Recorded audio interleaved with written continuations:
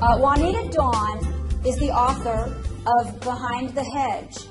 It is, and I call it, a riveting fictional portrayal of the effects of domestic abuse on a Christian family. She did an amazing job. I was not going to read her book, and she offered it to me free, and I was not going to buy her book or read her book. I had already been there and done that, wanted it behind me.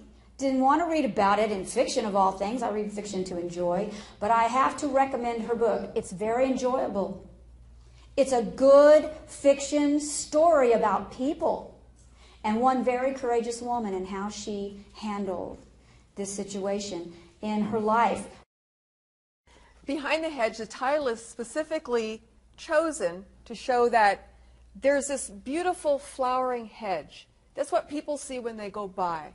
It looks like everything is just beautiful. But if you take a few minutes and part that hedge and look in there, you'll see some really yucky stuff behind there. And it's basically the secrets behind the hedge. Secrets are not on there. But this is a family, Yvette and her husband Luke, and how Yvette tries really hard to win Luke's love and affection. And Luke isn't having any. And how their three children react.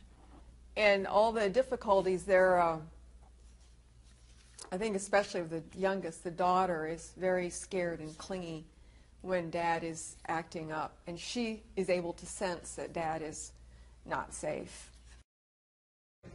I was raised a Mennonite. I was one of those who was very fundamental. I had the veiling on. You had to make your own clothes. You couldn't buy them. And my dad had a refrain, and the refrain was, if Mom would just do what I say. He never finished it, but it was always, if Mom would just do what I say. And I was divided personally as to what was causing the dissent in my parents' marriage. On the one hand, I could see Dad was mean, nasty. On the other hand, I could see if Mom would just do what he said, maybe he wouldn't be so nasty. So I, for a long time, thought I would be writing books telling women how to submit better. And that would help marriages be better. Well, when I got married, I tried submitting. And there was one day I was feeling that I went down the garage, I was so upset. I was feeling that I should probably just take the garbage can that was empty out on the curb and go get in it. That's what I felt like I was worth. And it was because of the way my husband was behaving. I didn't have any value. I didn't have a vote. I could vote all I wanted, and it was meaningless.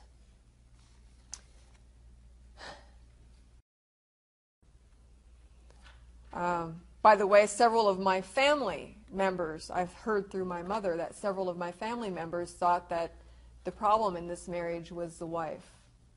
If she had just submitted, everything would have been okay. If the information can't get inside the walls to the women who need it, I think of how I fought to find this information. I looked and looked, asking everybody. A lot of women, they don't have the guts to go ask everybody.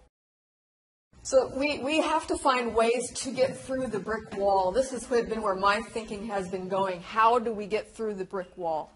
And it's going to be that what they call grassroots is going to be one-on-one, going to people, being open, talking about, in this case, abuse issues. But first of all is to try to keep an eye open and to keep an ear open to hear, to connect the dots. My story has a bit of that. Yvette's best friend, Dolores, not in a single conversation does she see that there's abuse. But when she connects a previous conversation with this conversation, she connects that something is dreadfully wrong. This husband is being terribly controlling. And she starts talking about it. And when you start talking about it, I might add, you have to do a thimbleful at a time. You cannot give them the truckload. They will reject the truckload. All you can do is a little tiny bit at a time, little tiny bit at a time. But it seems to be that we have to get past the centuries to get to the people. A lot of these women in a lot of these churches are in churches where they're not allowed to have the web. So what we're doing on the web may not be getting to these women. I have started asking even secular women if they would consider learning the scriptures as it applies to male-female relationships that these other women are taught, so that when they see them in the doctor's offices, that they too can give out a little thimbleful at a time. Because somewhere they do rub shoulders with other people, and that has to get to them somehow. It's like they have no other way. They are kept so isolated in their homes, just day to day. Some of them might not even get out once a month hardly, except to go to their church where they're also isolated. I want to say some of this is really difficult to deal with. And it's easy to just focus on dealing with abuse, dealing with the whole conference here of women, equality. I think it's very important for all of us. It's going to take a lot of energy to get anywhere. First of all, we have to stay connected with God. Because, as I put it here on my notes, I don't know where this came from, probably from God. But, you know, rising yeast takes a lot of heat to kill it. Heat, in chemistry terms or scientific terms, is energy. It takes lots of energy to combat rising yeast. And this complementarianism is rising yeast.